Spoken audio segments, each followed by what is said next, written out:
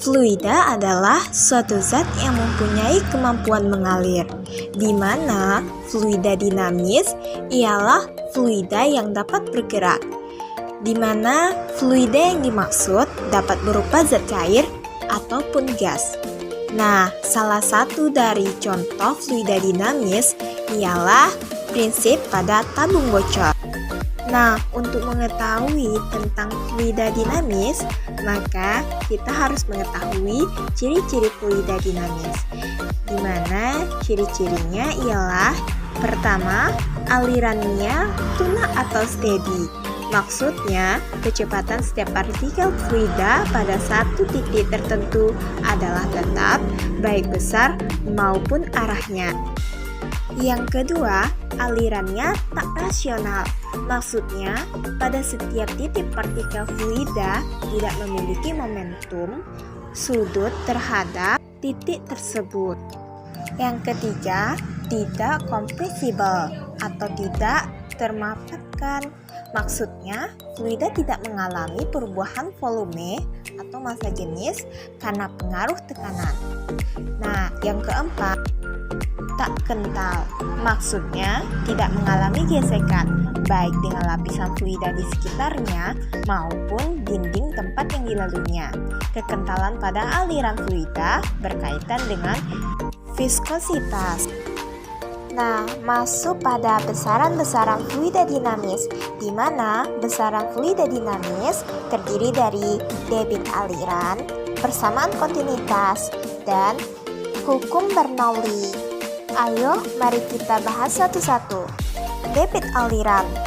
Debit aliran adalah jumlah volume fluida yang mengalir persatuan waktunya, di mana rumusnya Q sama dengan delta V per delta T, atau A kali V kali delta T per delta T, di mana sama dengan A kali V, yang mana Q adalah debit alirannya dan A luas penampangnya, serta V adalah laju dari aliran fluida.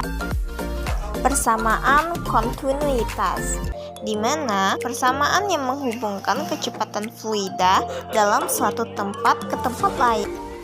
Banyaknya fluida yang mengalir di A1 sama dengan banyaknya fluida yang mengalir di A2 karena mengikuti kekekalan massa, di mana massa di A1 sama dengan massa di A2, yakni rumusnya R dikali A1 dikali V1 dikali delta T sama dengan R dikali A2 dikali V2 dikali delta T. Sehingga dapatlah rumusnya, di mana A1 dikali V1 sama dengan A2 dikali V2.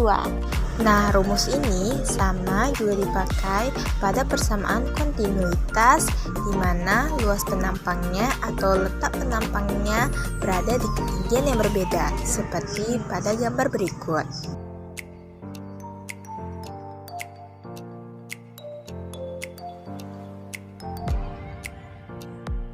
Nah, masuk pada hukum Bernoulli.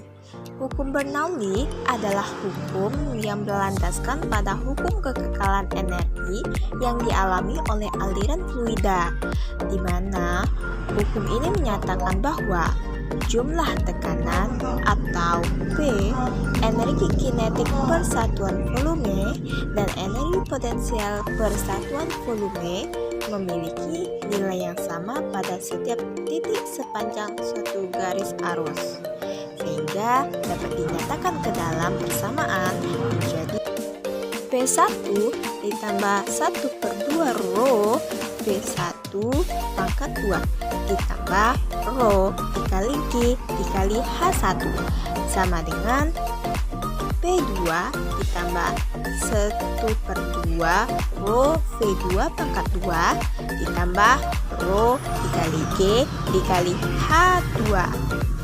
Nah, di mana P merupakan tekanan dari air yang satuannya adalah PA atau Pascal, sedangkan V sama dengan kecepatan air. atau satuannya ialah meter per sekon, dan G merupakan percepatan gravitasi, serta H merupakan ketinggian dari air. Nah, ternyata hukum Bernoulli sangat banyak diterapkan dalam kehidupan sehari-hari. Dan apa saja bentuk-bentuk penerapan dari hukum Bernoulli di dalam kehidupan sehari-hari? Inilah beberapa bentuk penerapan dari hukum Bernoulli.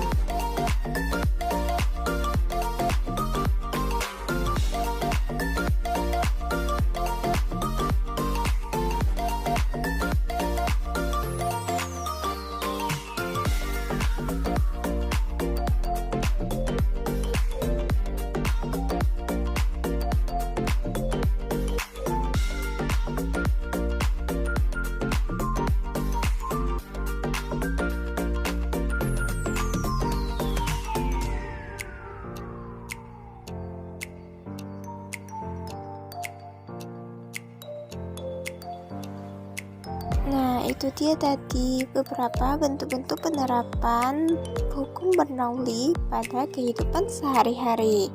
Selanjutnya, kita masuk ke pembahasan contoh soal.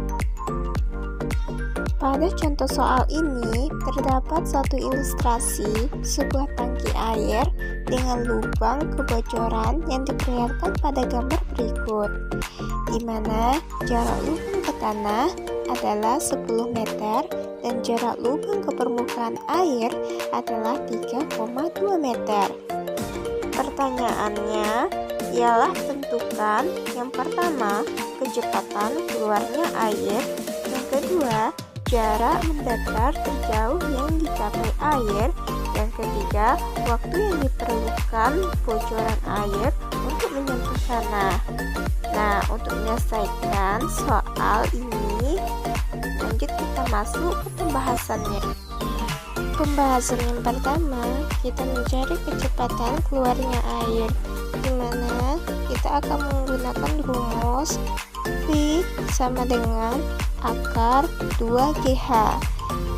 Dapatlah V sama dengan akar dalam kurung 2 dikali 10 dikali 3,2, sehingga dapatlah jawabannya 8 meter per sekon.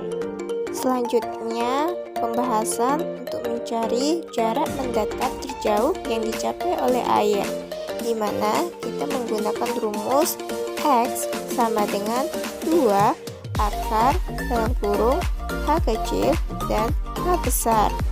H kecil adalah jarak lubang ke permukaan air, sedangkan H besar ialah jarak lubang ke tanah, sehingga menghasilkan X sama dengan 2 akar dari 3,2 dikali 10, sehingga dapatlah hasilnya 8 akar 2 meter. Lanjut, kita mencari waktu yang diperlukan bocoran air untuk menyentuh tanah, di mana kita memakai rumus T sama dengan akar dari 2H besar per G. Dapatlah jawabannya adalah akar 2 sekon. Nah, sekianlah pembahasan materi tentang fluida dinamis. Semoga bisa bermanfaat. And the last, thank you for watching. Bye bye. Assalamualaikum warahmatullahi wabarakatuh.